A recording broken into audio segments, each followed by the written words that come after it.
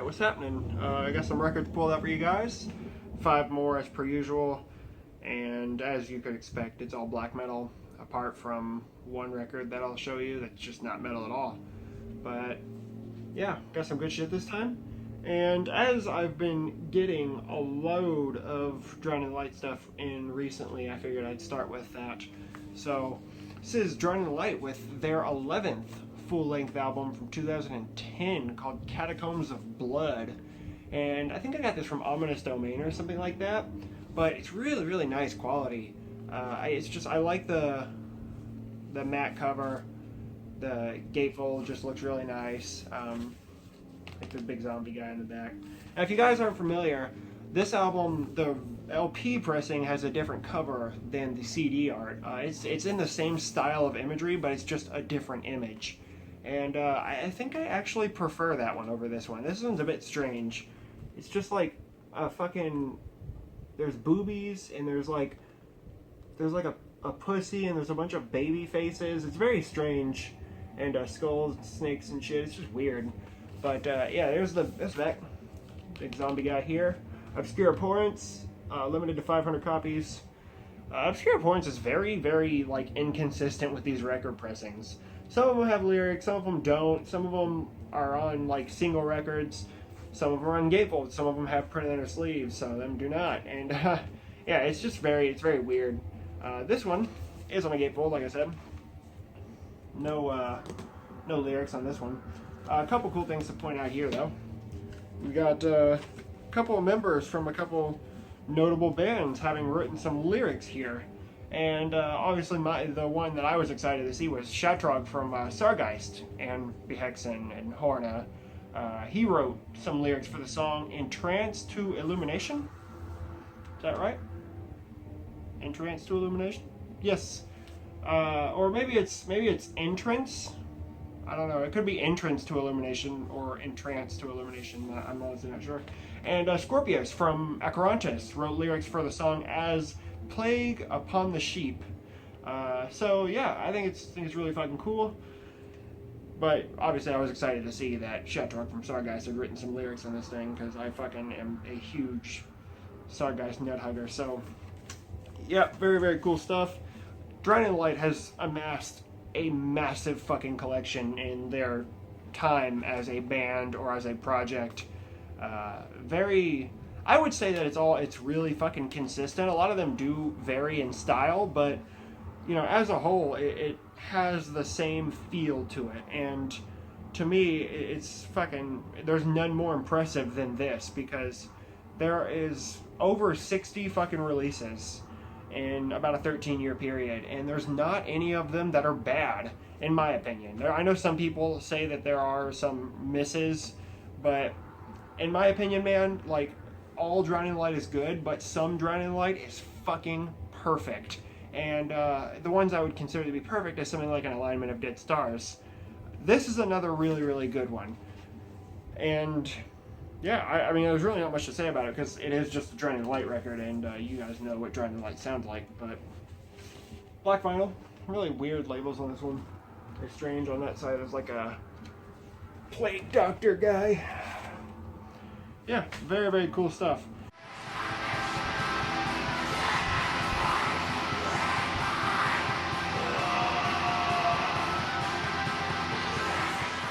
But speaking of bands that have amassed a significant discography in terms of quantity of releases, this band is not insignificant, because I think these guys formed in probably 2009, something like that, and they've got quite a discography under their belt already. So this is Black Solis from Portugal with their second full length, Summoning the Night, from 2013. Excellent fucking black metal, dude. You guys have seen me talk about Black Solis a few times before on this channel, and I don't have a bad thing to say about it. It's very simple in terms of like instrumentation and stuff like that, but simplicity leads to there. You know, if there's not much to grasp onto, it makes it memorable. And though Black Solis's music comes across as a wall of fucking harsh, raw noise, you know, the riffs that you hear, you know, it sticks with you, and it's, I don't know, man, it's so fucking good. I absolutely love this stuff. And this album cover specifically is very similar to Mysteries. If you can see that, it is a different image clearly, but yeah, it's very similar. And one thing I have a gripe with about this, see this, how this was done? That is how this should have been done, but they made this cover glossy. See the problem? This shit is riddled with fucking fingerprints. This one's not. This one is. It's like, I don't know why the fuck they wouldn't have made it like this, because it just seemed like, you know, it seemed like a good thing to do, but fuck it. Apparently, you know, that's probably why I'm not in charge of design, layouts, you know, materials used. Fuck it. But yeah, fucking fingerprints. Also, the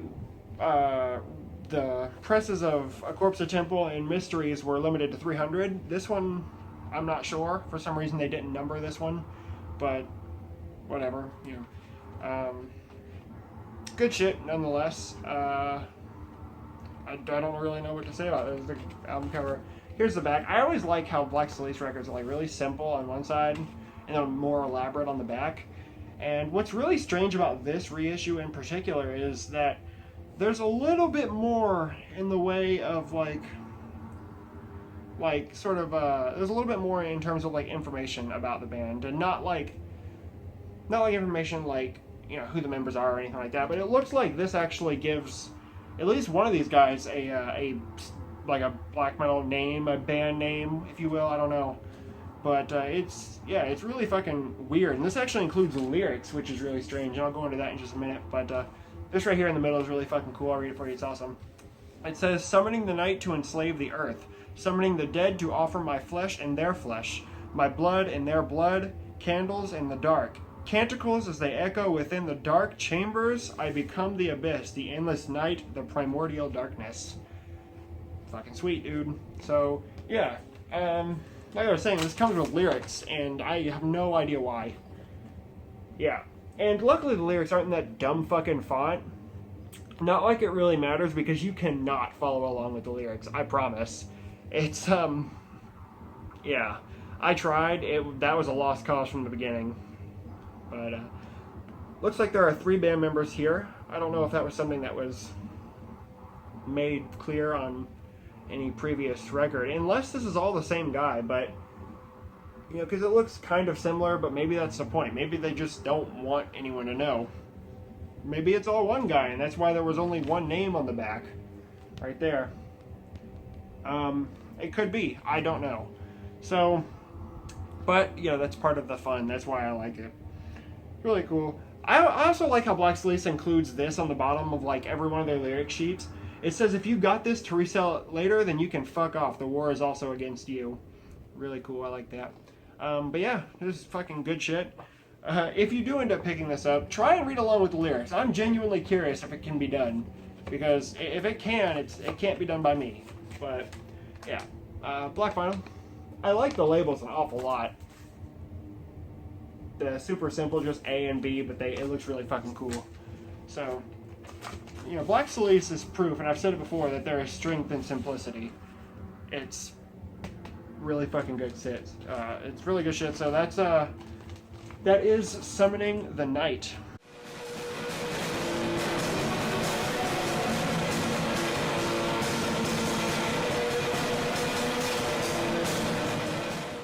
Alright, let's get weird. This is G.G. Allin with Brutality and Bloodshed for All.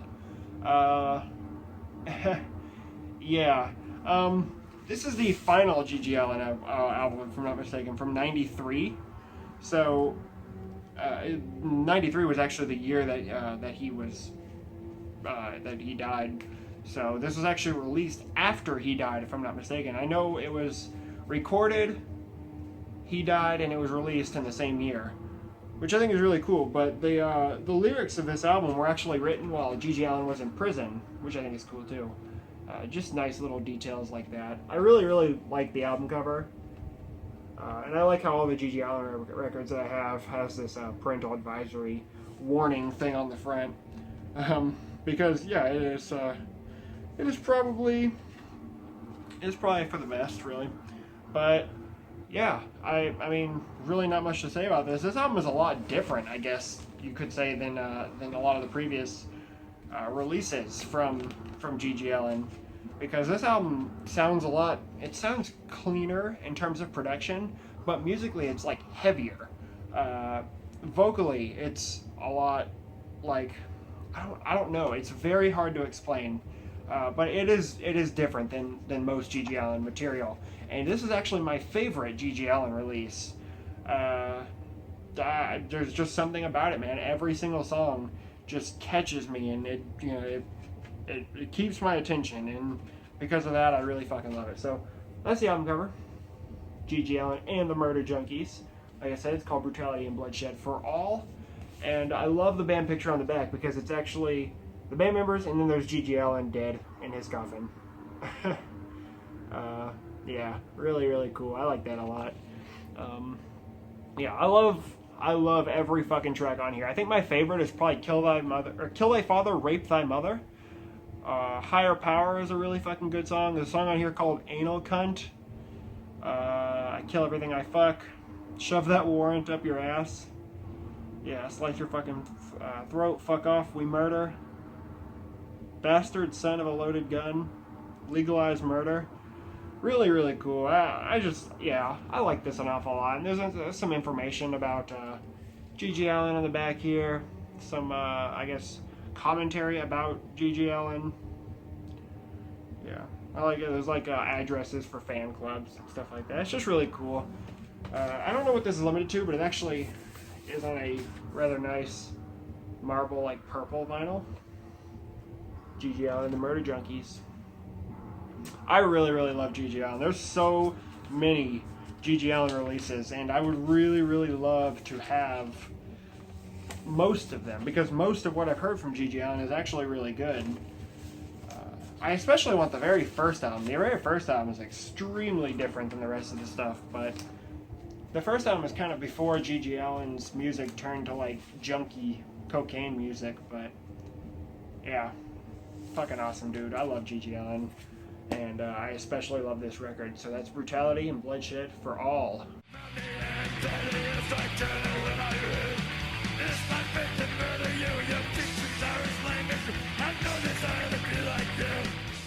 Alright, to Grease. Fucking Grease. This is an album that came out last year, and I fucking missed it. Of course I did, because it's what I'm good at. This is Nocturna with Harps of the Ancient Temples. Fuck, dude. This shit is so goddamn good. I really wish I had found this last year, because this shit no doubt would have been on my end of the year list, and it would have been really high up too.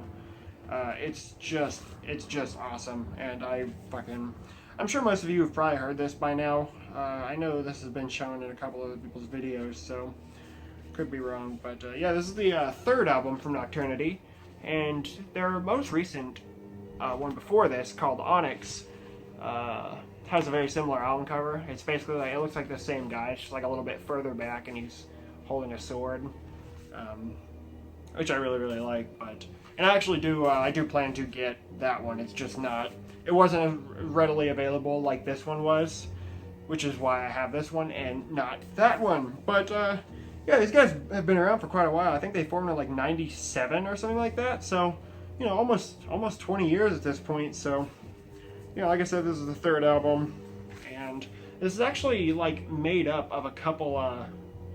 Well, there's a couple new songs along with a couple of songs that have been on previous EPs. There was 2 songs that were on an EP that came out in 2012, I think, and the EP was called Nocturna T, which is the name of the band. And then there was a track from an EP that came out a couple years before that, a few years before that, maybe like 2008, 2007, and that EP was called Harps of the Ancient Temples.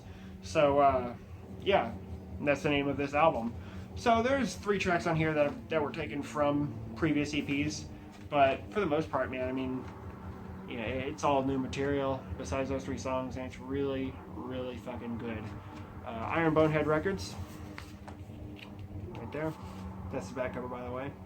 I really just like that. I like the imagery a lot, and this is actually a really nice quality record itself, so really cool stuff. That is a gatefold.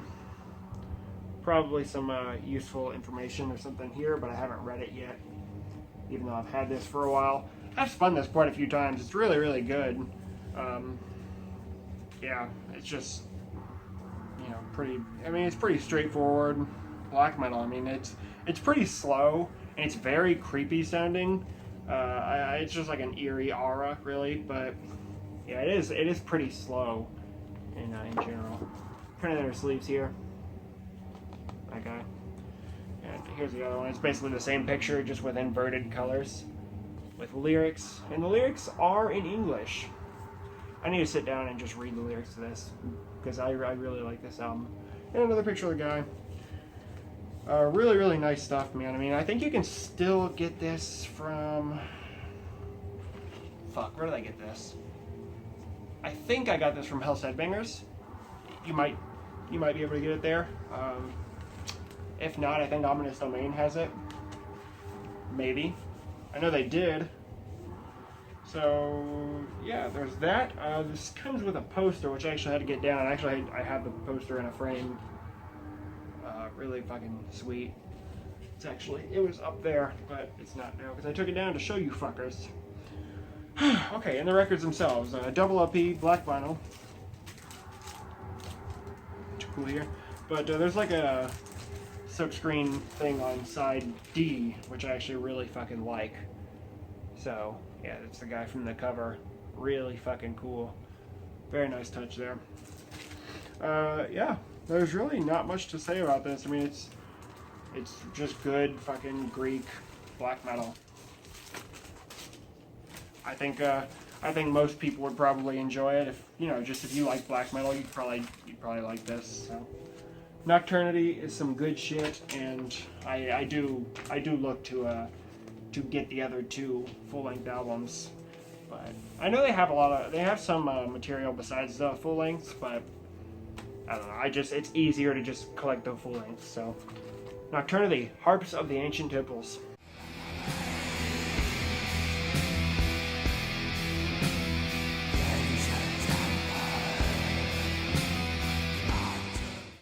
Finally, as in a recent video, I showed my first press of 10 Sublevel of Suicide. Well, I also have the first press of another Leviathan record, and I'm going to show you that and talk about that right now. And the one in question is Tentacles of Horror, which is my favorite Leviathan record. Released like fucking less than a year after the 10 Sublevel of Suicide in 2004. I don't know if I said that or not, but yeah, less than a year after 10 Sublevel of Suicide. And these 2 albums, well, those 2, this one and the 10 Sublevel of Suicide, are 2 of my favorite fucking albums that have come out of the United States. So it's significant, you know what I mean? It's really, really fucking good shit, and to have been at least recorded and released within that amount of time is really impressive. I don't know if the songs were written before. I just know, in the early 2000s, late 90s, this guy was a fucking machine in terms of pumping out releases, writing songs, and who knows when these songs were fucking written. I honestly don't know. Yeah, fucking awesome, dude. And I'm so goddamn pleased to fucking own the first press. This one right here cost me way more than all of the other first presses. I don't know if it's just typically the most rare, but I mean, the price I paid for it was the same price that I had seen it go for a bunch of times before, so it's not like I know I get fucked with the asking price of this, but either way, I'm just fucking pleased to own it. And I do have the Funeral Industries repress pulled out here for you, because I just want to show you some of the similarities. This one has a matte cover, this one is glossy, and you can see rest on this one is a little bit closer up, like zoomed in just a bit, and is whiter. This is more gray, but yeah, really fucking cool. Besides that, the actual like record itself, like the packaging and shit, like the gatefold is pretty much identical. You can see here this is released on Profound Lore, and of course this is Funeral Industries. Again, just more white on this one, grayer on this one.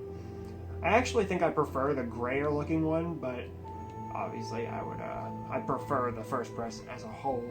So yeah, really, really cool. The gatefold on both of them is very similar, so I'm not going to show you both of them. I'll show you this one. Just like an exorcism picture. It's fucking sweet. And of course, the reason I was so keen to get the first press is because, well,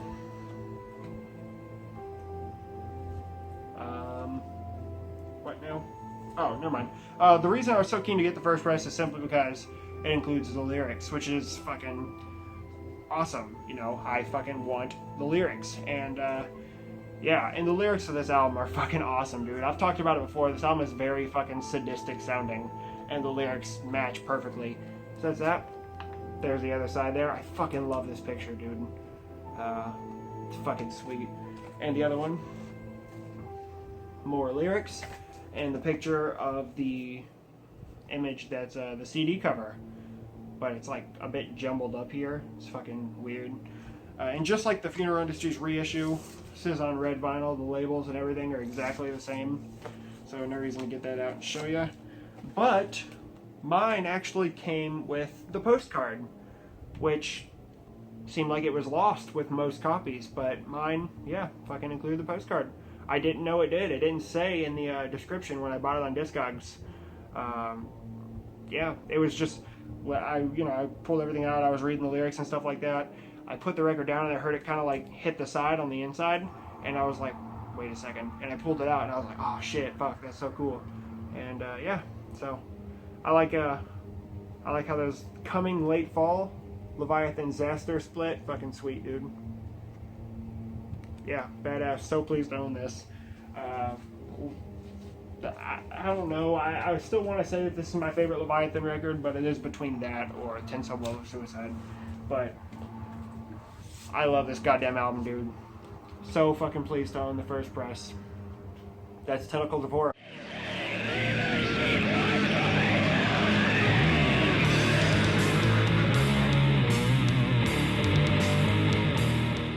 Alright guys, that's it.